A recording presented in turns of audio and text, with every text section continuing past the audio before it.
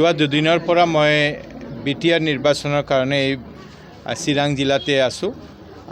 আজি মোৰ সৌভাগ্য হৈছে যে আমাৰ এই বিজনী সমষ্টিৰ 105 নম্বৰ বুথত প্ৰধানমন্ত্ৰী নৰেন্দ্ৰ মোদী ডাঙৰীয়া 122 নম্বৰ 122 সংখ্যক যে আমাৰ মন কী বাত, এই মন কী বাত আমি ইয়াতে কাৰ্যকৰ্তাৰ লগত ইয়াৰ ৰাইজৰ লগত আমি শ্ৰৱণ কৰিলোঁ।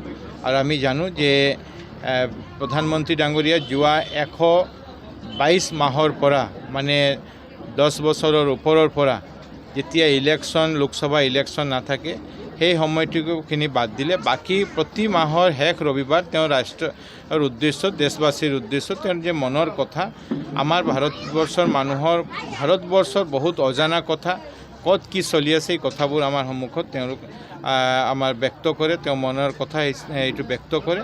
আৰু আমি ভাৰতীয় জনতা পাৰ্টিৰ প্ৰতি মাহৰ শেষ ৰবিবাৰ আমাৰ যি বুথ কমিটি প্ৰতিখন বুথ কমিটি এইটো ব্যৱস্থা কৰি থাকে।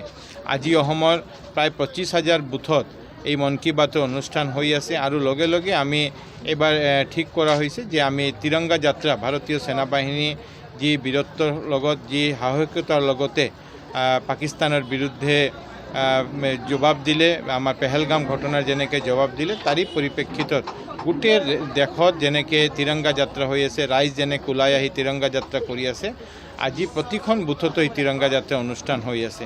সেইকাৰণে আমি ইয়াতে তিৰংগা যাত্ৰাটো আমি এই বুথৰ তিৰংগা যাত্ৰা যিটো হ'ব এইটোতে আমি অংশগ্ৰহণ কৰাৰ আমাৰ সৌভাগ্য হৈছে। আৰু আমি গোটেই ৰাইজক আমি অনুৰোধ কৰিম যে ৰাইজ ওলাই আহি ভাৰতীয় সেনাবাহিনীৰ যি বীৰত্ব মাননীয় প্ৰধানমন্ত্ৰী নৰেন্দ্ৰ মোদীজী ডাঙৰীয়াৰ নেতৃত্বত যেনেকৈ যোগ্য জবাব পাকিস্তানক দিয়া হৈছে সেইটোৰ কাৰণে চবে আগুৱাই আহি তিৰংগা যাত্ৰাত যাতে চামিল হ'ব পাৰে। আমাৰ একো অসুবিধা নাই, কাৰণ যোৱা বছৰ আমি ভাৰতীয় জনতা পাৰ্টি আমি ইয়াত নিৰ্বাচন প্ৰতিদ্বন্দ্বিতা কৰি ভাল ফলাফল আমি পাইছিলোঁ। এইবছৰো ভাৰতীয় জনতা পাৰ্টি আমি সাংগঠনিক স্থিতি কি আছে, আমাৰ কি ৰাইজৰ মনত কি আছে এইবিলাকে বুজ ল'বৰ কাৰণে 5খন জিলাতে 5জন মন্ত্ৰী আৰু 5জন দলৰ জ্যেষ্ঠ কাৰ্যকৰ্তাৰ ইয়াত দায়িত্ব দিয়া হৈছে। এই চিৰাং জিলাৰ দায়িত্ব মোক দিয়া হৈছে। যোৱাকালি আমি আমাৰ পাৰ্টিৰ 4টা মণ্ডলৰ কাৰ্যকৰ্তাৰ লগত আমি কথা পাতিছোঁ। আজি আৰু 3টা মণ্ডলৰ ৰাজ্যৰ লগত কথা পাতিম। কিন্তু আমাৰ বিশ্বাস যে ৰাইজ ভাৰতীয় জনতা পাৰ্টিৰ লগত আছে, ৰাইজ নৰেন্দ্ৰ মোদী ডাঙৰীয়াৰ উন্নয়নৰ লগত, ৰাইজ আমাৰ মাননীয় মুখ্যমন্ত্ৰী ডক্টৰ হিমন্ত বিশ্ব শৰ্মা ডাঙৰীয়াৰ যেনেকৈ ডেভেলপমেণ্ট হৈ আছে, আজি বিটিআৰ অঞ্চলত যেনেকৈ শান্তিৰ পৰিৱেশ ঘূৰাই আনি ইয়াতে যেনেকৈ ডেভেলপমেণ্ট হৈ আছে, ৰাইজে ডেভেলপমেণ্টৰ লগত থাকিব। আৰু অহা নিৰ্বাচনতো আমি দেখা পাম যে ভাৰতীয় জনতা পাৰ্টি প্ৰাৰ্থীবিলাকে ইয়াত নিৰ্বাচিত হ'ব। যোৱা দুদিনৰ পৰা মই বিটিআৰ নিৰ্বাচনৰ কাৰণে এই চিৰাং জিলাতে আছোঁ। আজি মোৰ সৌভাগ্য হৈছে যে আমাৰ এই বিজনী সমষ্টিৰ 105 নম্বৰ বুথত প্ৰধানমন্ত্ৰী নৰেন্দ্ৰ মোদী ডাঙৰীয়া 122 নম্বৰ 122 সংখ্যক যে আমাৰ মন কী বাত, এই মন কী বাত আমি ইয়াতে কাৰ্যকৰ্তাৰ লগত ইয়াৰ ৰাইজৰ লগত আমি শ্ৰৱণ কৰিলোঁ। আৰু আমি জানো যে প্ৰধানমন্ত্ৰী ডাঙৰীয়া যোৱা 122 মাহৰ পৰা মানে 10 বছৰৰ ওপৰৰ পৰা যেতিয়া ইলেকশ্যন লোকসভা ইলেকশ্যন নাথাকে সেই সময়টুকুখিনি বাদ দিলে বাকী প্ৰতি মাহৰ শেষ ৰবিবাৰ তেওঁ ৰাষ্ট্ৰৰ উদ্দেশ্যত দেশবাসীৰ উদ্দেশ্যত তেওঁৰ যে মনৰ কথা আমাৰ ভাৰতবৰ্ষৰ বহুত অজানা কথা ক'ত কি চলি আছে এই কথাবোৰ আমাৰ সন্মুখত তেওঁলোক আমাৰ ব্যক্ত কৰে, তেওঁ মনৰ কথা এইটো ব্যক্ত কৰে। আৰু আমি ভাৰতীয় জনতা পাৰ্টিৰ প্ৰতি মাহৰ শেষ ৰবিবাৰ আমাৰ যি বুথ কমিটি প্ৰতিখন বুথ কমিটি এইটো ব্যৱস্থা কৰি থাকে।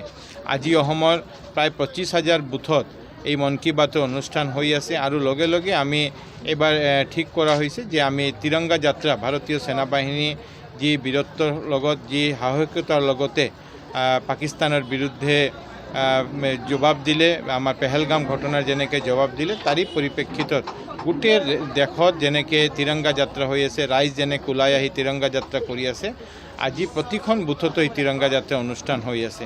সেইকাৰণে আমি ইয়াতে তিৰংগা যাত্ৰাটো আমি এই বুথৰ তিৰংগা যাত্ৰা যিটো হ'ব এইটোতে আমি অংশগ্ৰহণ কৰাৰ আমাৰ সৌভাগ্য হৈছে।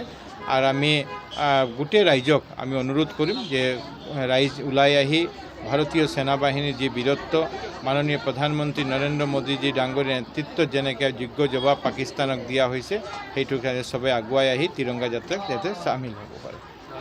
আমাৰ একো অসুবিধা নাই, কাৰণ যোৱা বছৰ আমি ভাৰতীয় জনতা পাৰ্টি আমি ইয়াত নিৰ্বাচন প্ৰতিদ্বন্দ্বিতা কৰি ভাল ফলাফল আমি পাইছিলোঁ।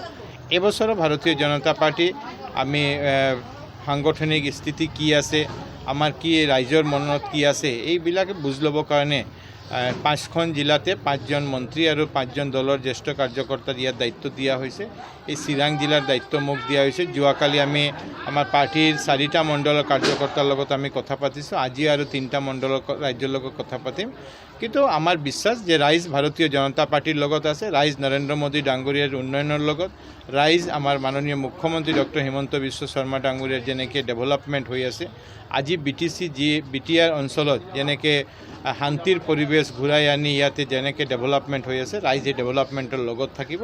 আৰু অহা নিৰ্বাচনতো আমি দেখা পাম যে ভাৰতীয় জনতা পাৰ্টিৰ প্ৰাৰ্থীবিলাকে ইয়াত নিৰ্বাচিত হ'ব। যিকোনো খবৰৰ বাবে যোগাযোগ কৰক 7099017330 লগতে 7099017110 নম্বৰত।